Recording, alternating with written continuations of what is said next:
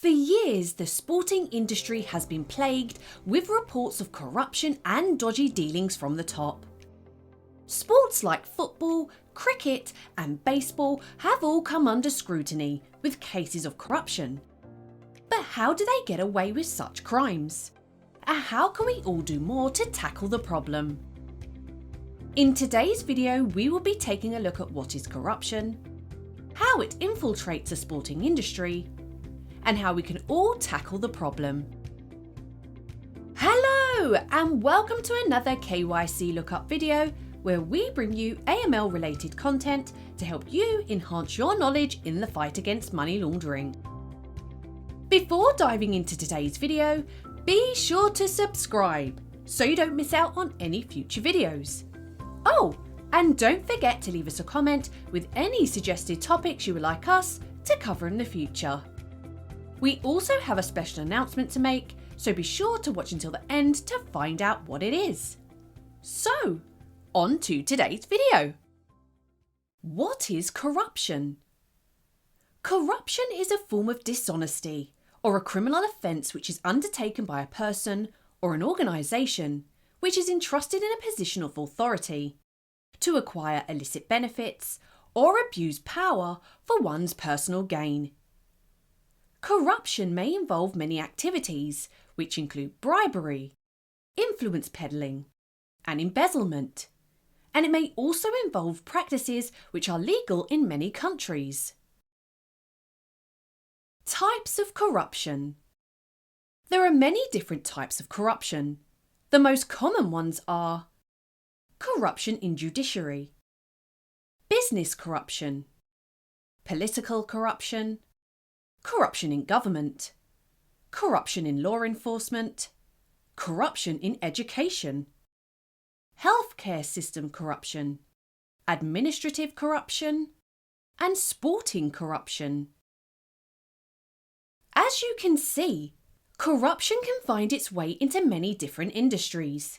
It is not only possible in more well-known sectors.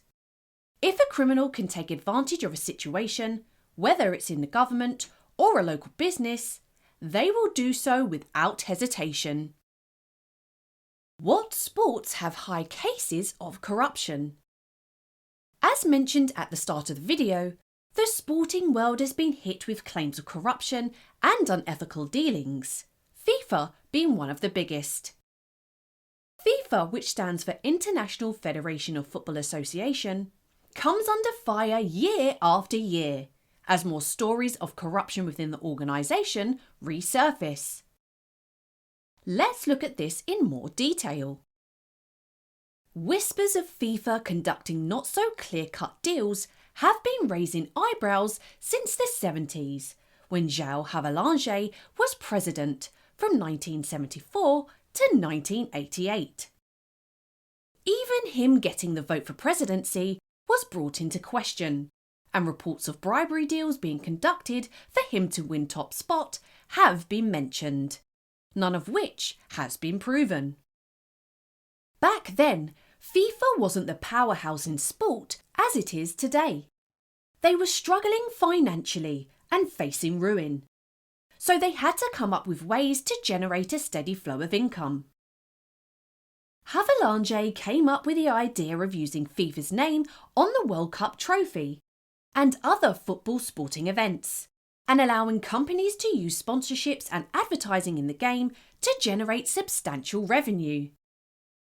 All seemed to be going well until 2002, prior to the World Cup finals in South Korea and Japan.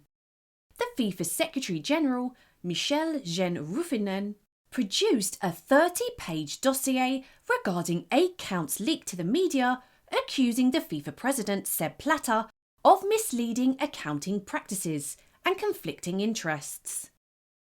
The president directed a team of officials to respond in writing in 2 weeks.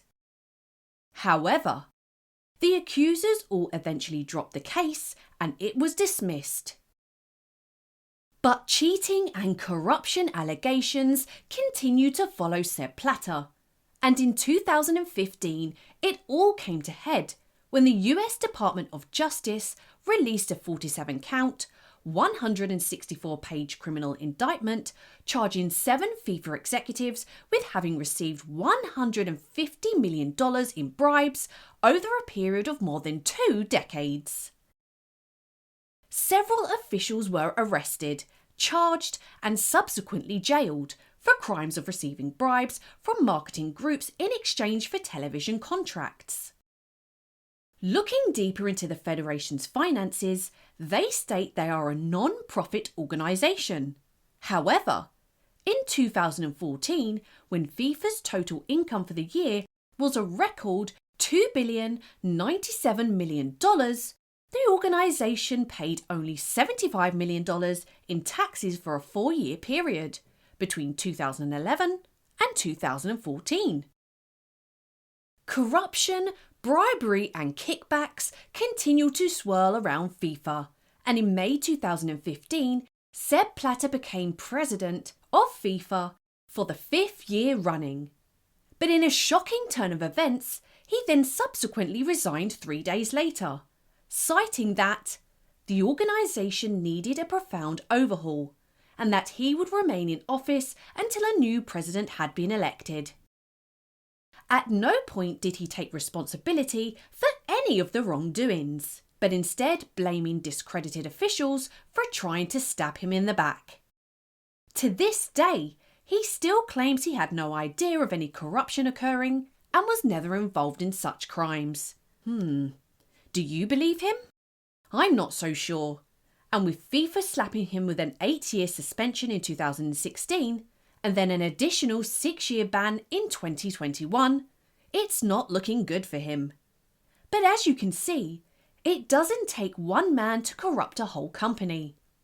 By creating a system of multiple people and layers to disguise this crime, it makes it harder for officials to spot. Here are some others who were found guilty of corruption in their sport. Wessel Nijman was banned from darts in 2020 for 5 years for breaching betting and anti-corruption rules. Tim Donaghy, a corrupt baseball referee who fixed games for financial gain. Bernie Ecclestone. Although he technically hasn't been convicted of any corruption in Formula 1, controversy follows this man wherever he goes. He is currently being investigated for bribery and tax evasion for the amount of £400 million. Hansi Cronje admitted match fixing in cricket and implemented others who were subsequently fined and jailed. Lance Armstrong shocked the world when he admitted using performance-enhancing drugs to win cycling races for years. He tricked officials by using clean urine from a source to pass the doping tests with flying colours. He eventually lost all his sponsorship deals, which had generated millions for him, and was stripped of his 7 Tour de France titles, along with 1 Olympic medal. The list is endless, and as you can see, there is no sport untouched. Whether it is football, swimming, cricket, or even darts, if a bad apple can find a way to generate substantial profits for himself, then they will. Signs to look out for with corruption. Sometimes corruption can be hard to spot, as a criminal wants to create multiple layers or fly under the radar to get away with their crimes. However, here are some red flags to look out for which may make you suspect corruption. Corrupt payments and bribes may be concealed in invoices. For example, invoices may be submitted without any actual work being done and no supporting documentation, funneling funds away from the business. Invoices may also conceal corrupt payments, which appear as extra fees, expenses, or charges. An employee continues to work with or accept substandard goods or services, despite complaints being made. This could be a strong indicator for possible corruption. A conflict of interest can be an indicator of corruption. If relationships are too close to home, then judgments and decisions can become clouded, and the interest of the company may not be put first. Bribery and corruption can occur via intermediaries and agents, who may appear to do no more than facilitating the deal. Act with caution if the third party you are dealing with has no experience in the field they have been required to help in and have no track record. The customer or client gives high payments for goods that you know are low in value, for no apparent reason. Finally, bribes and corrupt payments may be concealed as travelling expenses or hospitality. Expenses should only be reimbursed for legitimate business expenditure, backed up with supporting documentation. How to tackle corruption? It is reported that in the US, over $3.6 trillion is lost to corruption every year. In the UK, £35 billion. In India, $1 trillion. And in Africa, $148 billion each year lost to corruption. These are eye-watering amounts of money that the governments find hard to recoup back. So what are the nations doing about it? No country is immune from the erosion of corruption, but there are some things countries can do to tighten rules and regulations surrounding it. According to the US Department of State, they suggest that countries should strengthen regimes to prevent corruption and bring corrupt individuals to justice. An anti-corruption regime refers to the legal frameworks, institutions, and capacities that countries enact and sustain to prevent, detect, and prosecute corruption. As corruption is increasingly transnational in nature, the ability of officials of individual countries to prevent and pursue corruption must be complemented by regional and global efforts and measures to support effective international cooperation and partnerships. Enhance international cooperation and partnerships. The Bureau of International Narcotics and Law Enforcement Affairs needs to strengthen country systems by strengthening the abilities of countries to cooperate internationally and build up frameworks that facilitate such cooperation.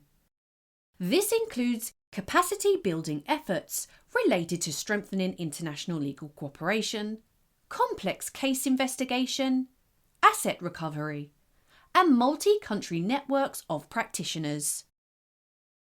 Denying safe haven.